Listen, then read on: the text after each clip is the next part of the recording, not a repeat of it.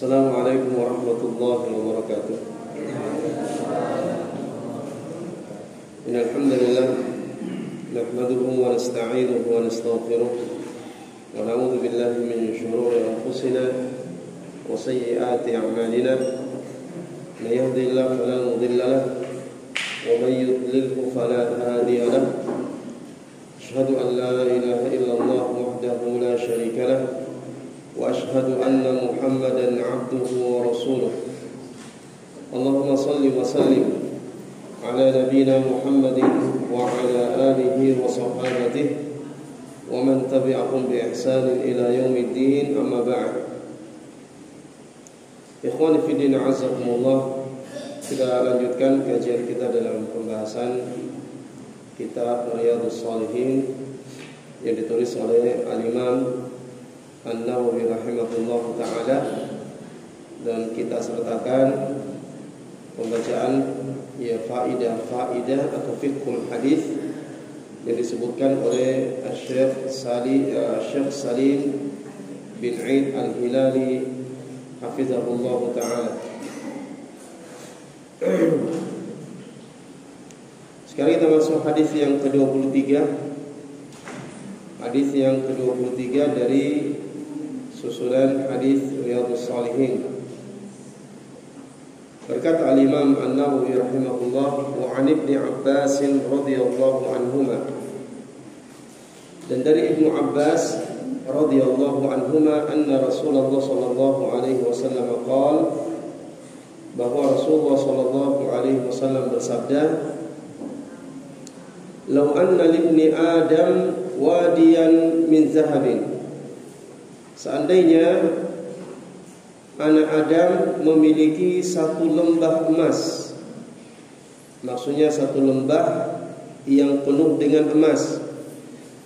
Andai manusia memiliki hal tersebut, ahabba an yakuna lahu wadiyan, niscaya anak Adam itu suka untuk memiliki dua lembah emas. Jadi kalau dia sudah punya satu lembah emas, ini tidak membuat dia puas, bahkan dia berangan-angan dan suka andai dia memiliki dua lembah emas. Walam yamla afahu illa turab, dan tidak ada yang bisa memenuhi mulutnya kecuali tanah. Itu ketika dia mati, dikuburkan di dalam kuburnya, lalu tanah pun memenuhi mulutnya. Tidak ada yang bisa memenuhi mulutnya kecuali tanah. Wa yatubullahu ala man taba, dan Allah menerima taubat atas orang-orang yang bertaubat. Muttafaqun alaih. Hadis ini adalah hadis yang muttafaqun alaih, yaitu diriwayatkan oleh Imam Bukhari dan Al-Imam Muslim. Baik. Fiqhul hadis. Hadis ini disebutkan ada dua fikihnya.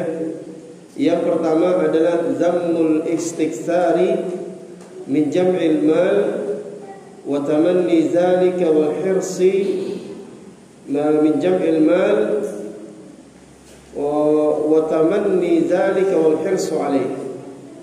Tercelanya untuk banyak mengumpulkan harta dan mengangan-angankan hal tersebut, wal hirsu alaih, dan serakah dalam mengambil harta.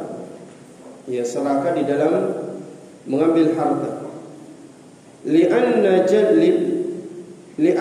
jalbahu min kulli babi yu'addi lal bukhli wasyuhi. Karena mengambil harta dari semua pintu ini bisa menyebabkan seseorang menjadi bakhil, bahkan menjadi asyuh. Ya, bakhil itu ya bakhil. Adapun asyuh ini bakhil ditambah serakah. Ya, jadi asyuh ini lebih lebih keras, ya lebih berbahaya daripada al-bukhl ya. Kalau al-bukhul ya sebenarnya seorang tidak mau mengeluarkan apa yang menjadi hak-hak di dalam hartanya. Ya, sementara asyuh ya di samping dia bakhil, dia juga punya sikap serakah, ya berangan-angan untuk mendapatkan apa yang di tangan orang. Ya, jadi dia sudah seke, dia juga serakah untuk memiliki apa yang dimiliki orang. Ya, fayamalu amalahu fi nafsihi fayamna' haqqahu. Lalu dia pun mengerjakan pekerjaannya pada dirinya dan dia pun mencegah haknya, artinya tidak mau mengeluarkan hak hartanya itu. Nah, ini yang tercela jamaah dimuliakan oleh Allah. Ya, tidak memperdulikan dari mana dia mengambil harta itu. Semua pintu dia ambil, baik itu yang halal maupun yang haram, dia tidak peduli. Yang penting dia mendapatkan harta dan bisa mengumpulkan harta sebanyak-banyaknya. Ya. Nah, ini diantara tanda akhir zaman. Ya, Nabi SAW pernah mengatakan, la ya'tiyanna 'alan nasi zamanun la yubalil mar'u ya min aina akhadhal mal. Akan datang satu zaman atas manusia di mana manusia tidak peduli lagi dari mana dia mendapatkan harta itu. Amin haramin amin halalin. Apakah dia mengambilnya dari jalan yang halal atau yang haram? Dia tidak peduli. Yang penting dia mendapatkan harta. Nah, ini yang tercela jamaah dimuliakan oleh Allah. Mengumpulkan harta lalu dia tidak memperdulikan dari mana dia dapatkan harta itu. Dia tidak selektif ya di dalam mengambil ya dan mendapatkan harta. Dia tidak peduli yang haram, yang halal, ya semua disambar. Ya, dan tidak jarang dia tahu ini haram, tapi dia tetap mengambilnya demi untuk memperbanyak hartanya. Nah, ini yang tercela karena perbuatan ini yu'addi ilal bukhli wasyuhhi. Ini bisa mengantarkan seseorang untuk menjadi bakhil dan untuk menjadi kikir. Jadi seorang itu kalau sudah tidak peduli dari mana dia mengambil harta, ini indikasi bahwa dia sudah sangat cinta dengan ya materi, dengan harta itu. Dan orang yang terlalu berat, ya terlalu besar cintanya kepada harta sampai dia tidak peduli mengambil harta dari jalan mana saja, ini pasti akan menyebabkan dia bakhil. Yang menyebabkan dia bakhil, tidak mau mengeluarkan hak yang ada pada hartanya, baik itu hak yang sifatnya wajib maupun hak yang sifatnya sunnah.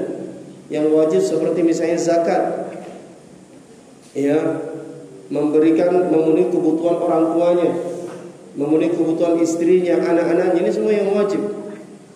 Ya, atau yang sunnah, ya misalnya untuk mengeluarkan hartanya di jalan Allah, ya jalan dari perkara-perkara yang sangat dianjurkan dan keutamanya sangat besar di sisi Allah Subhanahu wa taala. Nah, orang yang terlalu cinta dengan dunia sampai tidak peduli dari mana dia mendapatkan dunia, ini akan menjadi bakhil.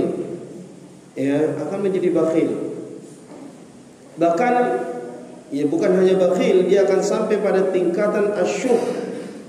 Ya, dia tidak mengeluarkan hak hartanya, apakah yang wajib atau sunnah, ditambah lagi dia akan serakah ya dengan apa yang dimiliki oleh orang lain. Kalau orang punya harta, maka dia berpikir bagaimana dia juga mendapatkan harta itu. Ya, bahkan tidak jarang orang seperti ini sampai mau membunuh ya manusia demi untuk mendapatkan harta yang dimiliki oleh orang lain yang dia tidak bisa mendapatkannya kecuali dari jalan yang seperti itu. Waliyadzubillah. Ya. Ini yang tercela jamaah yang dimuliakan oleh Allah. Wa amma jam'ul mali min tariqin halal. Adapun mengumpulkan harta dari jalan yang halal, ya dia selektif, ya dalam menerima harta, dalam mendapatkan harta selektif, hanya mencari yang halal. Dan ini tidak mungkin jamaah dimuliakan oleh Allah terwujud kecuali kalau kita tahu, kita faham. Ya, kita faham mana jalan-jalan yang haram untuk kemudian kita hindari dan kita mencukupkan dengan yang halal. Kalau kita tidak tahu jalan-jalan yang haram dalam mendapatkan harta, maka mustahil kita bisa ya selektif di dalam mencari harta yang halal. Ya, maka sini sebenarnya ada isyarat juga ya bahwa memang kita ini perlu dan sangat butuh untuk belajar. Ya, karena itu Nabi sallallahu alaihi wasallam bersabda, "Talabul ilmi fardhatun 'ala kulli muslim." Menuntut ilmu itu adalah kewajiban atas setiap muslim. Bahkan menuntut ilmu itu ya dijadikan sejajar dengan orang yang keluar berjihad. Bahkan lebih afdal dari orang yang berjihad zaman dimuliakan oleh Allah. Ya, Allah berfirman di dalam Al-Qur'an, "Falaula nafara min kulli firqatin minhum ta'ifah liyatafaqahu fid din wal yunziru qaumahum idza raja'u ilaihim la'allahum yahdharun." Ya, Allah berfirman, kenapa tidak ada satu kelompok dari orang-orang yang keluar berjihad ini? Ya, maka Allah tegur kepada siapa? Orang-orang yang keluar berjihad. Allah berfirman, kenapa tidak ada satu kelompok di antara mereka ya, yang pergi memperdalam ilmu agama? Ya, seandainya memperdalam ilmu agama keutamaannya di bawah jihad, tentulah Allah tidak perintahkan mereka. Ya, tapi karena menuntut ilmu agama, memperdalam ilmu agama ini setara dengan jihad, bahkan lebih afdol ya daripada jihad, maka Allah katakan kepada orang yang berangkat berjihad ini, "Falaula nafara min kulli firqatin minhum ta'ifah liyatafaqahu fid din." Kenapa tidak ada satu kelompok di antara mereka yang mau keluar untuk memperdalam ilmu agama? Ya. Makanya dari ayat ini para ulama kita sebagian mengatakan bahwa menuntut ilmu itu lebih afdal, lebih mulia daripada jihad. Bahkan Al-Imam Ibnu Abdul Bar rahimahullahu taala mengatakan bahwa goresan yang pena penuntut ilmu itu lebih mulia, lebih suci di sisi Allah Subhanahu wa taala daripada darahnya para syuhada. Ya, ini luar biasa jemaah yang dimuliakan oleh Allah. Ya, karena kalau kita tidak belajar, maka kita tidak akan tahu mana yang haram, mana yang halal. Ya, khususnya di dalam mencari harta. Seseorang kalau dia bodoh tentang agamanya, maka dia tidak akan bisa mengumpulkan harta yang haram. Pasti akan banyak masuk dalam hartanya harta-harta yang haram. Kalau dia tidak punya ilmu, pemahaman tentang mana ya jalan-jalan yang haram ya dari mendapatkan harta itu. Artinya syaratnya untuk kita belajar zaman dimuliakan oleh Allah. Karena kita tidak mungkin bisa ya mengumpulkan harta dari jalan yang halal saja kalau kita tidak paham mana jalan yang haram untuk kita hindari, sehingga harta kita ini betul-betul tersaring ya hanya mengumpulkan yang halal saja. Wa ta'diyatu haqqihi, ya, adapun mengumpulkan harta dari jalan yang halal dan menunaikan haknya harta itu, apakah hak yang wajib maupun hak yang sunnah. Ya, kalau hartanya sudah mencapai nisab ya senilai 85 gram emas, maka dia tunggu 1 tahun. Kalau hartanya tidak berkurang, dia keluarkan zakatnya. Itu hak itu. Jadi harta itu jangan dimuliakan oleh Allah. Kalau sudah sampai nisab dan sudah tersimpan selama 1 tahun tidak berkurang dari nisabnya, maka 2,5% dari harta kita itu ada haknya orang-orang fakir. Ada haknya kaum muslimin dari orang-orang yang berhak untuk menerima zakat. Maka itu harus dikeluarkan. Kalau tidak, maka kita zalim kepada kaum muslimin dan kita mengambil dan memakan harta yang tidak dihalalkan oleh Allah Subhanahu wa taala. Ya. Jadi dia menunaikan haknya. Kemudian hak yang wajib maupun hak yang sunnah. Termasuk yang wajib seperti yang kita sebutkan tadi, yang adalah misalnya memenuhi kebutuhan orang tua. Kalau tidak ada yang memenuhi kebutuhannya, maka anaknya wajib untuk memenuhi kebutuhannya. Ya, dan tidak boleh ya seorang muslim ya karena melihat orang tuanya misalnya tidak ada kerja, dia panggil ke rumah. Ya, ibu tinggal di rumah saja, jaga anak saya. Ya, atau ibu tinggal di rumah, masak, cuci piring, ngepel, bersihkan rumah dan seterusnya. Nanti saya kasih per bulan sekian. Ya, ini durhaka yang luar biasa ini. Ya, walaupun dia memberikan kepada orang tuanya ya jauh lebih besar dari upah yang biasa diterima orang, itu tidak boleh. Ia mempekerjakan orang tua, dan itu salah satu tanda-tanda kiamat zaman dimuliakan oleh Allah. Ya, Nabi SAW ketika ditanya oleh Jibril, wa akhbirni an amaratiha. Ya. Beritahukan aku tentang tanda-tanda kiamat itu. Jibril mengatakan, Nabi SAW bersabda, antalidal amatu rabbataha. Yaitu apabila seorang ibu itu melahirkan tuannya. Seorang ibu melahirkan tuannya. Maksudnya apa? Maksudnya seorang ibu melahirkan anak, lalu ketika besar anak ini suruh-suruh orang tuanya, maka dia seperti melahirkan tuannya. Ya, anaknya suruh-suruh dia. Walaupun dia gaji orang tuanya, dia upah orang tuanya dengan upah yang besar. Ini bentuk kedurhakaan jamaah yang dimuliakan oleh Allah, tidak boleh. Ya, orang tua itu harusnya ditenangkan, ya, tinggal di rumah, kita kasih fasilitas, ya, kita penuhi kebutuhannya, kita senangkan dengan apa yang bisa membuat dia senang, bukan disuruh-suruh ngepel, cuci baju, cuci piring, ya. Bahkan tidak jarang ketika pekerjaannya salah atau dia tidak kerja ini, anaknya marah.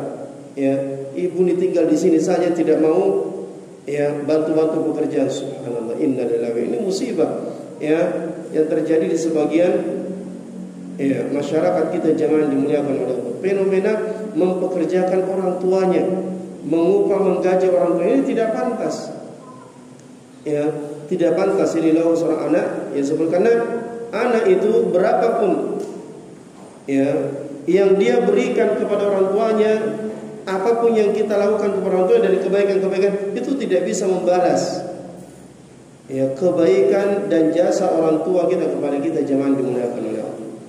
Ya, pernah seseorang, ya, dia ada seorang laki-laki menggendong ibunya, ya, menggendong ibunya untuk umrah, melakukan haji. Dia gendong dari negerinya, tidak pakai kendaraan. Ya, dia gendong dari negerinya, ya, berkilo-kilo bahkan ratusan kilo. Jamaah dimuliakan oleh Allah, dia menempuh perjalanan sampai di Mekah. Di Mekah dia gendong juga untuk tawaf, untuk sa'i, dan semua amalia haji itu dilakukan. Digendong luar biasa. Kemudian orang ini bertemu dengan Abdullah bin Umar. Dia bertanya, ya, bahwa saya melakukan ini, saya menggendong orang tua saya dari negeri saya sampai ke kota Mekah ini, kemudian semua amalia haji saya lakukan dengan menggendong dia. Apakah ini sudah membalas jasa ibu kepada aku? Ya, kata Abdullah bin Umar, tidak. Ya, satu teriakan ibumu ketika melahirkan engkau itu belum bisa terbalas dengan yang kau lakukan itu. Ya, lalu bagaimana seorang anak merasa sudah banyak berbuat baik kepada orang tuanya hanya karena dia mempekerjakan orang tuanya di rumahnya? Ya, ini betul-betul kedurhakaan yang luar biasa, jemaah dimuliakan oleh Allah. Ya. Demikian pula dengan hak harta yang wajib adalah memenuhi kebutuhan istri, ya, istri dan anak-anaknya. Ya, kalau dia punya 2 istri, maka dia harus adil di dalam memenuhi kebutuhan keduanya.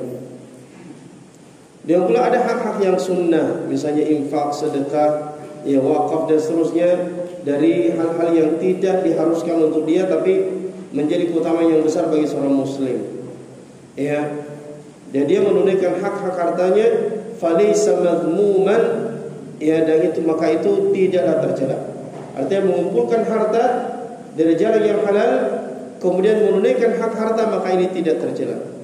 Ya, walaupun dia mengumpulkan hartanya sampai bermiliar-miliar, triliun-triliun, kalau dia mengeluarkan hak hartanya, maka itu tidak tercela. Ya, bahkan kalau dia seorang yang soleh, bertakwa kepada Allah, maka kata Nabi SAW, ni'mal malu as-soleh fi rajulin soleh. Ya, sebaik-baik harta itu adalah yang ada di tangannya orang yang soleh. Karena harta yang ada di tangannya orang soleh tidak mungkin dia memanfaatkan untuk bermaksiat. Tidak mungkin dia membantu orang yang bermaksiat dengan hartanya. Tidak mungkin dia membantu orang kafir untuk menghancurkan Islam. Tentu hartanya, ya, kalaupun dia tidak banyak bersedekah, maka paling tidak apa yang wajib dari hak-hak harta dia akan keluarkan, dan dia tidak mungkin mempergunakan hartanya di jalan-jalan yang bisa membahayakan, ya, dirinya atau kaum muslimin. Maka ini tidak tercela, ya.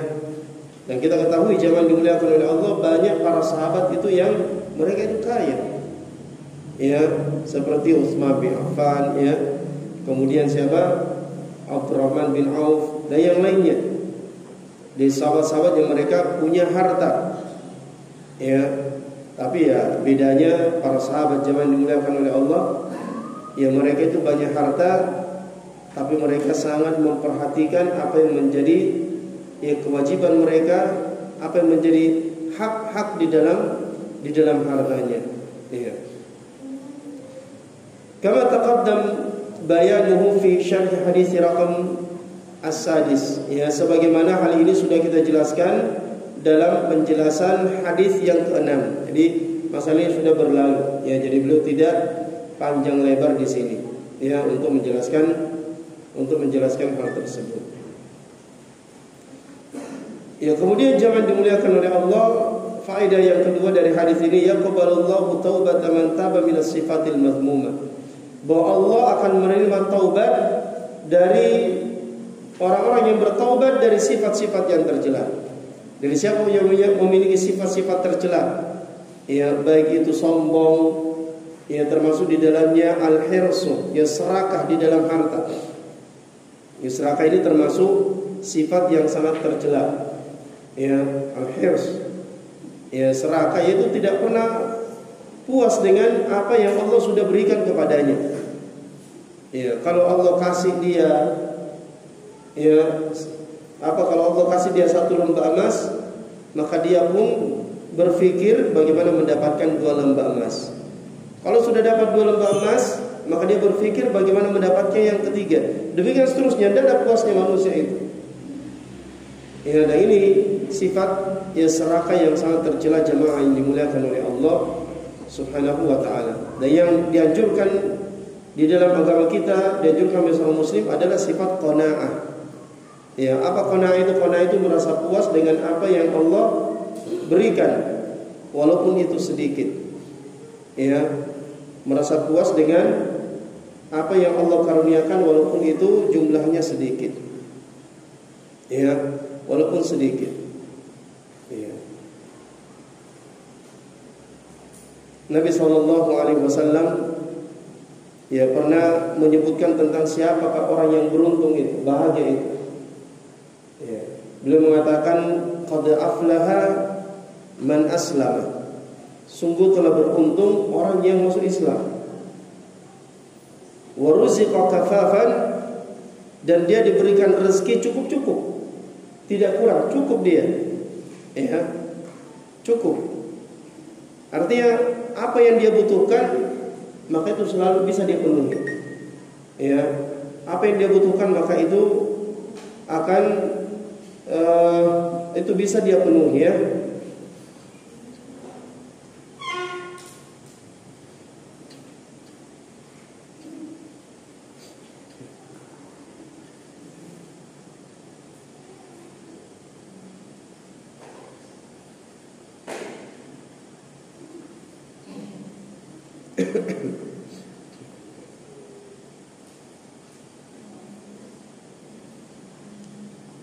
Kata Nabi, qad aflaha man aslama wa ruziqa kafafan. Ya, sungguh telah beruntung orang yang masuk Islam kemudian diberikan rezeki yang cukup-cukup. Ya, artinya serba cukup dia. Ya, tidak berlebih. Mau beli baju, ya ada uang untuk dibelikan baju. Ya, mau beli motor ada uang. Dia cukup-cukup, ya. Tidak berlebihan. Dan wa qanna'ahu Allahu bima ata. Dan Allah menjadikan dia qanaah, yaitu puas, merasa cukup dengan apa yang Allah berikan walaupun sedikit. Ya, inilah orang yang beruntung, kata Nabi SAW. Ya, sungguh telah beruntung orang yang seperti ini. Ya, karena orang yang tidak qanaah, jangan dibilang tidak pernah merasa cukup, tidak pernah merasa puas dengan karunia Allah, dengan rezeki yang Allah berikan kepadanya, ini hidupnya tidak akan tenang. Ya, hidupnya pasti tidak akan tenang. Dia selalu gelisah dan dia selalu merasa kekurangan. Ya, dia selalu merasa kekurangan. Maka dia terus mencari apa yang bisa menambah dan menambah hartanya. Ya. Tidak jarang orang yang seperti ini memanfaatkan jalur yang haram untuk mendapatkan harta itu, seperti yang sudah kita jelaskan. Nah, orang yang beruntung ya. Dan Nabi juga mengatakan Ya, di dalam hadis yang lain bahwa laisal ghina an kasratil arad. Bukanlah kekayaan itu dengan banyaknya harta. Ya. Dia bukan orang dikatakan kaya kalau hartanya banyak. Dia punya harta miliaran, bahkan triliunan. Dia punya rumah berapa ya? Dia punya mobil berapa? Ya, bukan orang kaya yang seperti itu. Wa innamal ghina ghinan nafs. Tapi kekayaan sebenarnya adalah ya kayanya jiwa. Bagaimana kaya jiwa itu? Yang qanaah. Yang dia merasa puas, ridha, merasa cukup dengan apa yang Allah Subhanahu wa taala berikan kepadanya, walaupun itu sedikit. Walaupun itu sedikit. Nah, inilah orang yang bahagia, ya, dan inilah orang yang hidupnya tenang, jangan dimuliakan oleh Allah. Nah, sifat ini perlu untuk kita biasakan, ya. Sifat ini perlu untuk kita biasakan. Ya. Dan itu bisa kita lakukan dengan apa? Dengan selalu melihat orang yang ada di bawah kita, tidak melihat orang yang ada di atas kita. Nabi mengatakan, unzuru ila man huwa asfala minkum wa la tanzuru ila man huwa fawqakum. Fa huwa ajdaru an la tazdaru ni'matallahi 'alaikum. Ya, unzuru, lihatlah kepada orang yang di bawahmu. Artinya di bawah kita dalam ya status dunia. Alhamdulillah kita punya motor, kita lihat orang yang belum punya motor. Alhamdulillah kita punya motor yang baik. Ya, alhamdulillah kita lihat orang yang motornya biasa-biasa saja. Alhamdulillah kita punya mobil, maka dia yang punya ya belum punya mobil, hanya punya motor, kasihan. Ya, padahal dia butuh kepada mobil misalnya. Ya, yang sudah punya rumah, lihat dia masih ngontrak. Ya, masih yang sudah punya pekerjaan, penghasilan tetap, lihat yang masih nganggur, yang belum punya penghasilan. Ya, unzuru ila man huwa asfala minkum, lihatlah kepada orang yang di bawah kalian. Wala tanzuru ila man huwa fawqakum, jangan lihat yang di atas dalam perkara dunia. Jangan kita lihat yang di atas. Ya, dia punya motor, yang selalu dilihat yang punya mobil. Ya, yang punya mobil satu, ya, lihat yang punya mobil dua. Yang mobilnya mobil biasa-biasa, lihat orang yang mobilnya mewah, yang mobilnya ya apa itu Alphard ya, atau yang mewah-mewah. Ya, orang yang seperti ini jangan dimuliakan oleh Allah, itu tidak akan mensyukuri nikmat Allah, tidak akan puas dengan apa yang Allah berikan. Makanya Nabi mengatakan fa huwa ajdaru alla tasdaru nikmatallah alaikum. Kalau kita selalu lihat yang di atas, tidak lihat yang di bawah, maka ini lebih pantas supaya kita tidak meremehkan nikmat yang Allah berikan kepada kita. Ya, tapi orang yang selalu lihat ke bawah, itu akan merasa yang Allah berikan itu sudah sangat banyak. Ya, maka dia puas, dia bersyukur kepada Allah dengan apa yang Allah sudah karuniakan kepadanya. Kalau selalu lihat di atas, maka dia akan merasa Allah tidak berikan kita karunia yang banyak. Biasa-biasa Allah kasih kita ini. Dia tidak bersyukur. Ya, dan dia tidak akan pernah merasa cukup dengan apa yang sudah Allah berikan kepada dirinya. Akhirnya dia tidak akan bisa bersyukur kepada Allah. Padahal syukur itu jangan dimuliakan oleh Allah, itu wajib hukumnya kita bersyukur. Bersyukur itu wajib, bukan sunnah. Ya, sebagaimana sabar ketika ditimpa musibah itu juga merupakan kewajiban. Ya, dua perkara ini, sabar dan syukur, ini dua kewajiban yang akan selalu mengiringi manusia. Ya, karena kita itu cuma dua kemungkinan.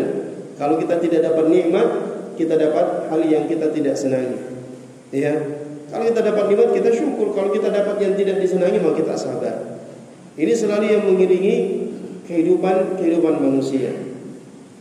Ya.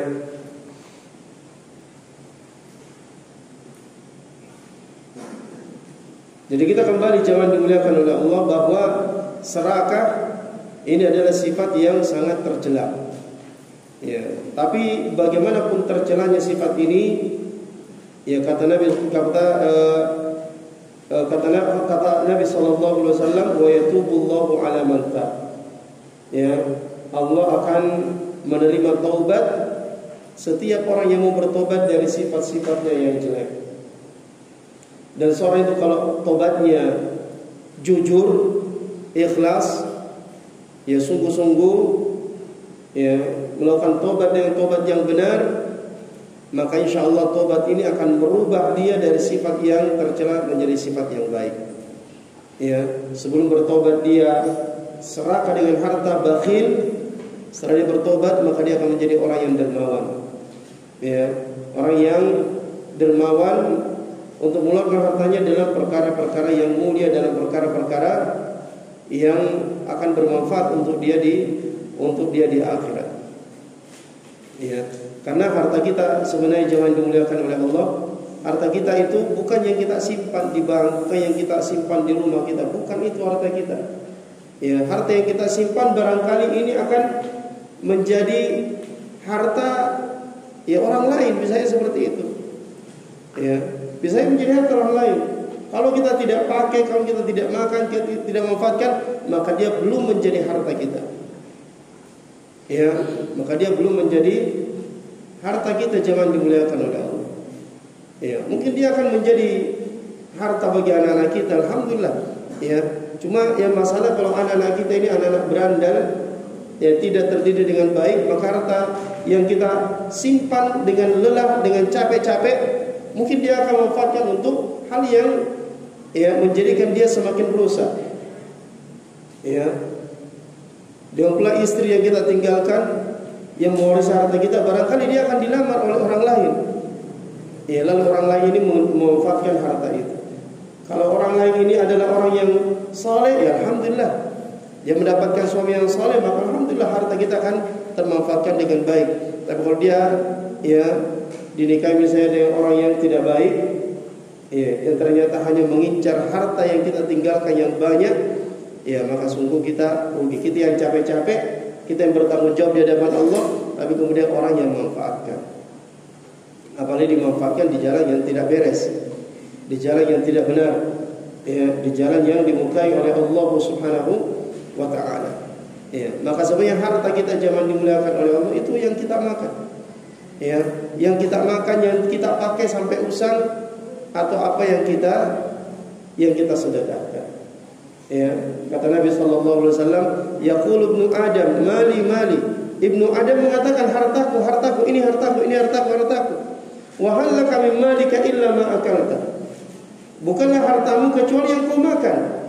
Itulah ketika harta kita yang kita pakai beli pisang goreng, ya, kita pakai beli saraba. Itulah harta kita yang kita makan, yang kemudian jadi kotoran. Itulah harta kita. Aw labista fa afnaita. Atau yang kau pakai, kau belikan pakaian, kau belikan sendal, kau belikan mobil, kau belikan ya motor dan yang lainnya untuk kita pakai sampai dia rusak, sampai dia usang. Aw tasaddaqta, ya, atau apa yang engkau sedekahkan. Ya, apa yang kita sedekahkan itulah harta kita juga. Jadi tiga saja harta kita. Ya, yang kita makan, ya ini habis jadi kotoran. Kemudian yang kita pakai, ya usang, hancur. Kemudian kita sedekahkan, dan inilah yang kita ambil manfaatnya di akhirat. Ini yang kita ambil manfaatnya di akhirat. Ya. Nabi SAW pernah memerintahkan istrinya untuk membagikan daging.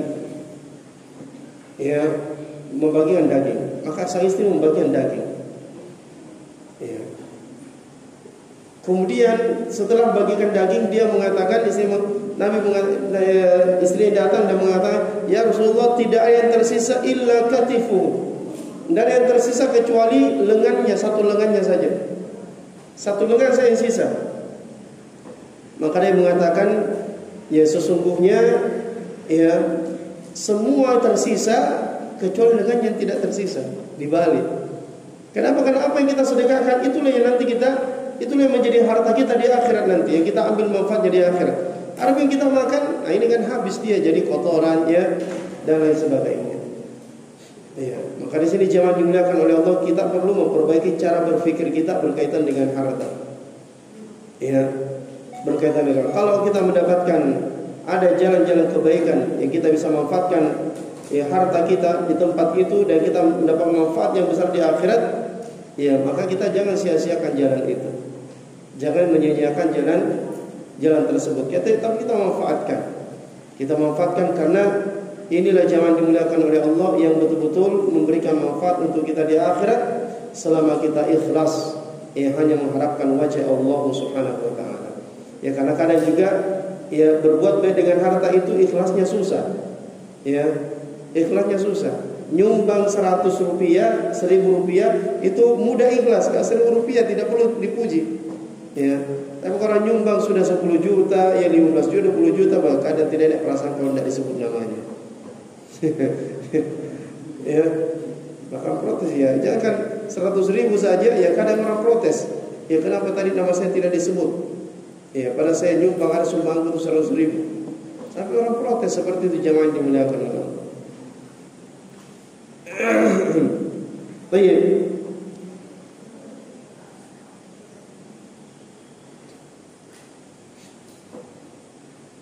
Jadi sifat-sifat yang tercela, ya sifat-sifat bakhil, sifat-sifat asyuh, ya sifat-sifat serakah.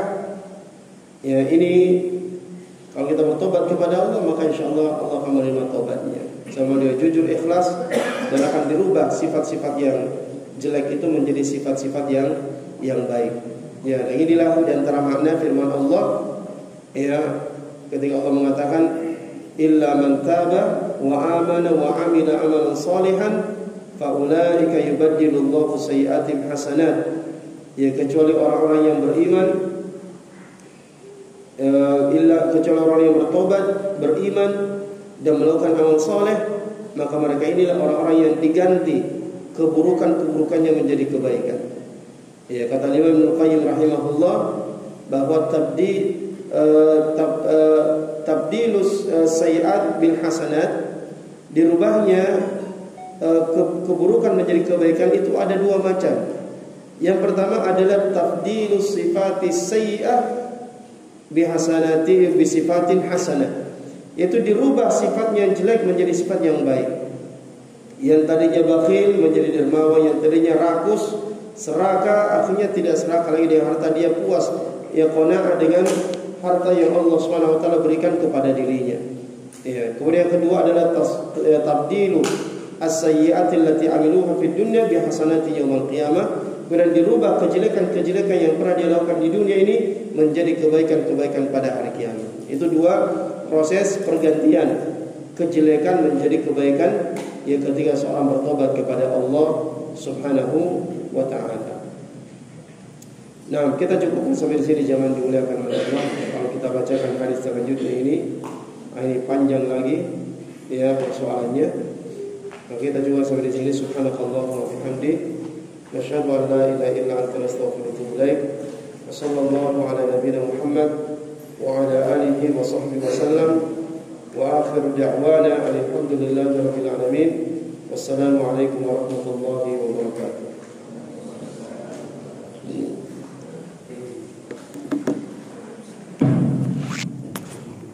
Dia pernah polisi mereka.